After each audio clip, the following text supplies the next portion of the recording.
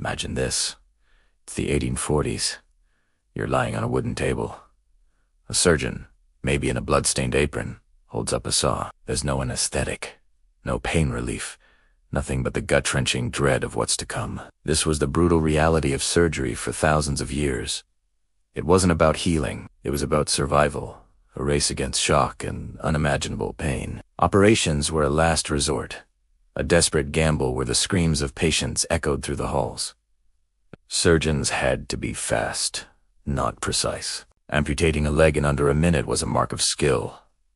But for the person on the table, that minute was an eternity of agony. People would rather die from their ailments than face the surgeon's knife. This was the world before modern medicine, a world crying out for a hero. And that hero wasn't a seasoned professor or a famous doctor. He was a student, a young man who dared to ask a simple question. What if it didn't have to hurt? His name was William Morton, and he was a dental student in Boston. Now, being a dentist in the 1840s was also a brutal business. Pulling teeth was a common procedure, and it was just as painful as any other surgery. Morton saw the terror in his patients' eyes every single day. He saw strong men weep and children thrash in fear. He knew there had to be a better way. He wasn't a sadist. He was a compassionate young man who was haunted by the suffering he had to inflict. This wasn't why he got into medicine. He wanted to heal, not to torture. This daily confrontation with pain lit a fire in him. He became obsessed with finding a way to conquer it. While his peers were focused on mastering the tools of their trade, Morton was looking for a way to make them obsolete, or at least painless. His search led him down a path of experimentation. He wasn't just reading old medical textbooks. He was exploring the fringes of science. He heard whispers about something called ether, a chemical compound that was mostly known for its recreational use. People would hold ether frolics, parties where they'd inhale the fumes to get a sense of euphoria and dizziness. It was a party trick, a way to have a laugh. But Morton saw something more. He noticed that people who inhaled ether often stumbled and fell, yet they seemed to feel no pain. They'd laugh off injuries that would normally have them crying out. A light bulb went off in Morton's head. What if this party drug could be the key to painless surgery? It was a wild idea, a massive leap of faith. The medical establishment would have laughed at him. But Morton was driven by a vision of a world without surgical pain, and he was willing to risk everything to make it a reality. So, the experiments began. And his first test subject, himself. In the privacy of his office, he started cautiously inhaling ether. He tried it on his dog, who fell asleep peacefully and woke up, wagging its tail, completely unharmed. He even tried it on a patient who needed a tooth pulled. The man, Eben Frost, was terrified of the procedure. Morton gave him an ether-soaked handkerchief to inhale. Frost drifted off into a deep sleep. Morton quickly and cleanly extracted the troublesome tooth. When Frost woke up, it was Amaced. He asked when the procedure was going to start. Morton held up the extracted tooth. Frost hadn't felt a thing. It was a breakthrough, a monumental discovery, but pulling a tooth was one thing. Could this work for a major, life-threatening surgery? Morton knew he needed a bigger stage to prove his discovery to the world. He approached one of the most famous surgeons of the time, Dr. John Collins Warren, at Massachusetts General Hospital. He proposed a public demonstration, a surgery performed on a patient under the influence of his new compound, which he called Letheon.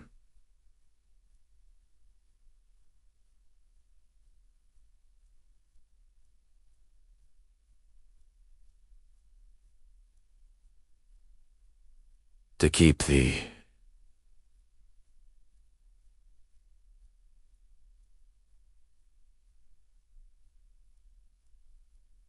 Letheon. Warren, a man who had seen decades of surgical horror, was skeptical but intrigued. He had nothing to lose. The surgery was scheduled for October 16, 1846. The operating theater was packed with skeptical doctors and students, eager to see this young upstart either succeed spectacularly or fail miserably. The patient, Gilbert Abbott, was set to have a tumor removed from his neck. As Morton administered the ether, a tense silence fell over the room. Abbott's breathing deepened, and he fell into a deep slumber. Dr. Warren began the incision. The crowd held its breath, waiting for the inevitable scream. But there was nothing. Only the calm, steady breathing of the sleeping patient. The scalpel moved. The tumor was exposed and removed. And still, Abbott slept peacefully. The entire procedure was completed in an eerie, unprecedented silence. When it was over, Dr. Warren turned to the stunned audience and declared, "Gentlemen, this is no humbug." In that moment, the world of medicine was changed forever. The news spread like wildfire. For the first time in human history, surgery was separated from pain. It was the dawn of a new era. Anesthesia opened the door for surgeons to perform longer, more complex, and more delicate operations that were previously impossible. Procedures that took hours, like intricate abdominal surgeries or delicate brain operations, were now on the horizon. The age of the fast, brutal surgeon was over. The age of the careful, precise physician had begun. William Morton should have been celebrated as a global hero, a savior of mankind. But what followed was not fame and fortune, but a bitter and tragic fight. Morton had tried to patent his discovery, calling it lithium, and hiding the fact that it was simply ether. He wanted to profit from his invention. But another dentist, Horace Wells, and a renowned chemist, Dr. Charles Jackson, also claimed they deserved credit. Wells had experimented with nitrous oxide, or laughing gas, a few years earlier, but his public demonstration had failed. Jackson claimed he was the one who first suggested ether to Morton. A nasty public battle ensued, a war fought in newspapers and medical journals. The ether controversy consumed Morton's life. He spent his fortune on legal battles, trying to defend his claim as the sole inventor of anesthesia. The stress and the financial ruin took a devastating toll on him.